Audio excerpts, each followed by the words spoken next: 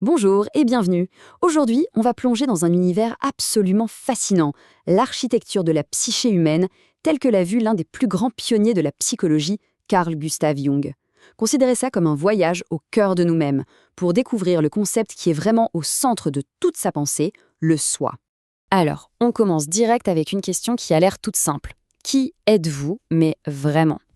Parce que l'identité qu'on montre tous les jours, son nom, son travail, ses petites manies, tout ça en fait, c'est juste la partie émergée de l'iceberg. Pour Jung, la vraie réponse, elle se trouve bien plus profondément, dans un immense territoire intérieur qu'on va commencer à explorer ensemble. Pour y voir plus clair, il faut tout de suite faire la différence entre deux notions capitales. D'un côté, il y a le moi. Le moi, c'est notre conscience de tous les jours, notre QG, celui qui gère le quotidien. C'est la pointe de l'iceberg. Et de l'autre, il y a le soi. Et là, c'est bien plus grand.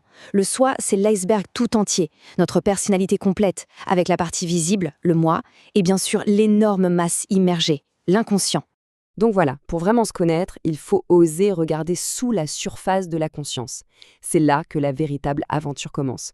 Et là, on touche à un des concepts les plus incroyables de Jung, l'inconscient collectif. Attention, ce n'est pas juste un fourre-tout de nos souvenirs personnels oubliés. Non, c'est bien plus profond. C'est comme un héritage psychique commun à toute l'humanité, une sorte d'ADN spirituel rempli d'images et d'expériences accumulées depuis la nuit des temps. Et ce monde intérieur, il est loin d'être vide. Il est peuplé de figures, de personnages universels, des schémas de comportement que Jung a baptisés les archétypes. Allons faire leur connaissance. Alors, un archétype, qu'est-ce que c'est au juste? Il faut l'imaginer comme un plan de base, un programme inné dans notre psyché qui nous prédispose à réagir et à comprendre le monde d'une certaine façon.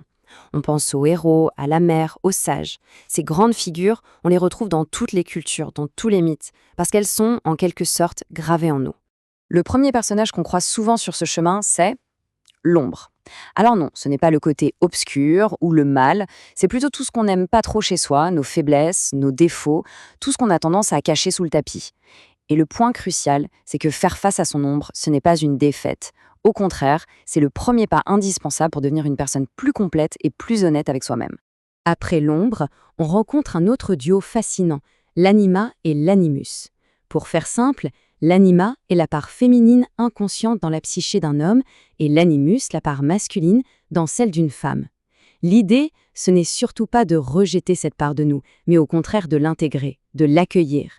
C'est cet équilibre des contraires qui nous fait vraiment grandir et mûrir. Bon, on a rencontré quelques personnages, mais où est-ce que tout ça nous mène?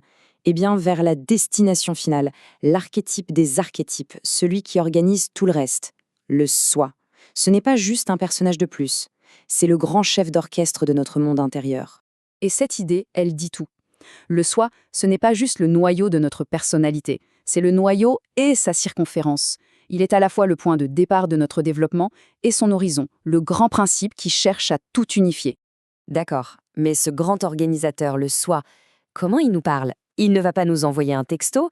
Non, son langage est beaucoup plus subtil, beaucoup plus ancien et universel. C'est le langage des symboles, ce qu'on retrouve dans nos rêves, dans l'art, dans les mythes. Et ces symboles, on les retrouve partout. Prenez le mandala, par exemple, ce dessin circulaire qu'on voit dans de nombreuses traditions. Il représente parfaitement cette quête d'unité et d'harmonie. Le cercle, lui, c'est le symbole ultime de la perfection, de la totalité. Ou encore la pierre philosophale des alchimistes, qui est une métaphore de la transformation intérieure. Tous ces symboles nous parlent de la même chose, ce potentiel d'unité qui est en chacun de nous. Alors, on connaît la destination, le soi. Super. Mais quel est le chemin pour y arriver?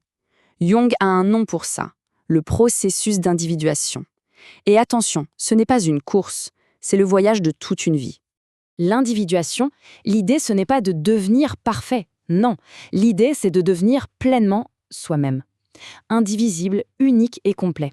C'est tout le travail d'intégrer consciemment toutes nos facettes, même celles qui dérangent, comme l'ombre, pour enfin devenir un individu authentique et unifié.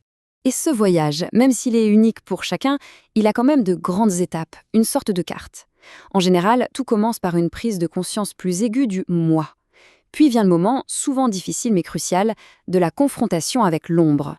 Ensuite, on apprend à intégrer nos opposés, l'anima ou l'animus, ce qui nous prépare à la rencontre avec le soi, ce centre organisateur. Et enfin, le but est de réaliser ce soi, de l'incarner dans sa vie concrète. Mais au final, pourquoi faire tout ça? Parce qu'au-delà de la psychologie, l'individuation répond à une soif profondément humaine, la quête de sens. En devenant qui l'on est vraiment, au plus profond, on ne fait pas que se sentir mieux, on trouve sa juste place et on construit une vie qui a du sens.